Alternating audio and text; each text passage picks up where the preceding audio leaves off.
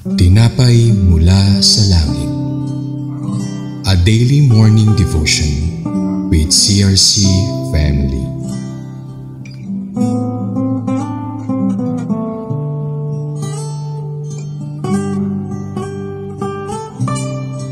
Isang mapagpalang umaga po sa bawat isa. Ako po si Pastor Aras Maligaya mula Balayan, Batangas, Luther Church. Samahan niyo po kami sa ating programang Tinapay Mula sa Langit. Ang pang-araw-araw natin debosyon sa salita ng Diyos. Tayo po ay manalangin. Aming Diyos na dakila at mapagpala, narito po kami sa umagang ito upang ikaw ay papurihan at pasalamatan.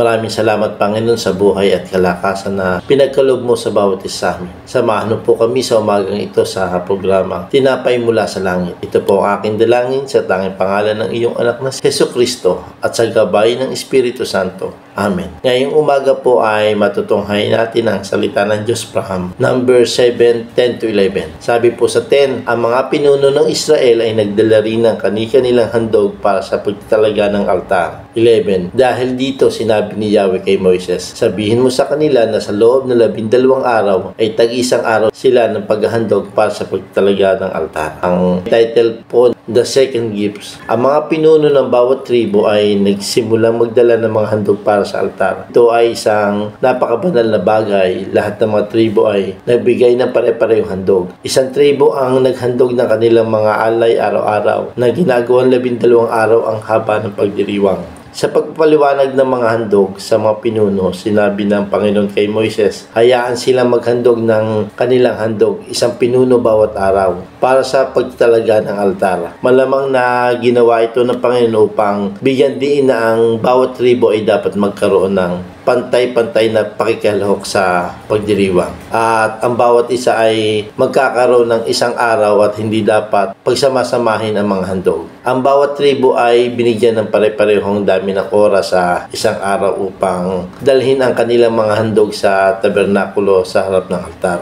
Bilang karagdagan sa pinagsamang kaloob ng mga karton at baka, ang mga pinuno ng 12 tribo ay nagdala din ng mga individual na kaloob. Ang mga regalo ng mga pinuno ay nahahati sa 3 kategorya. Una, mga sisidlan. Pangalawa, mga kalakal na pumupuno sa mga sisidlan at ang mga hayop na alay. Ang mahandog ng mga pinuno ay ibinigay at inuulit ng 12 beses na kumakatawan sa bawat isa sa loob ng 12 araw.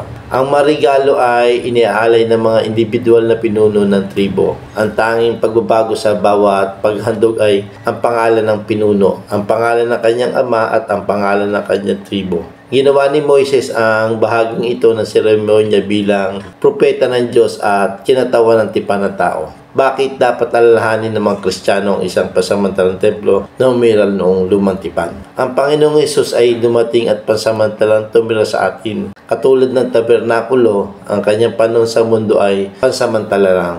Nagpunta siya sa Ama para sa isang sakripisyong hain para sa mga kasalanan tao. Sa halip na hayop at palagi ang paghandog ang ginagawa, minabuti ng Ama na isakripisyo ang buhay ng kanyang anak para sa katubusan ng ating mga kasalanan.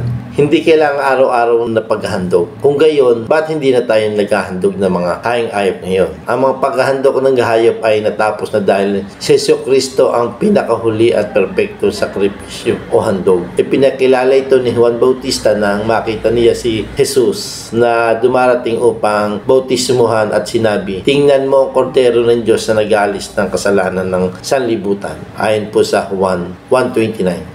Maaring itatanong mo sa iyong sarili, bakit hayop?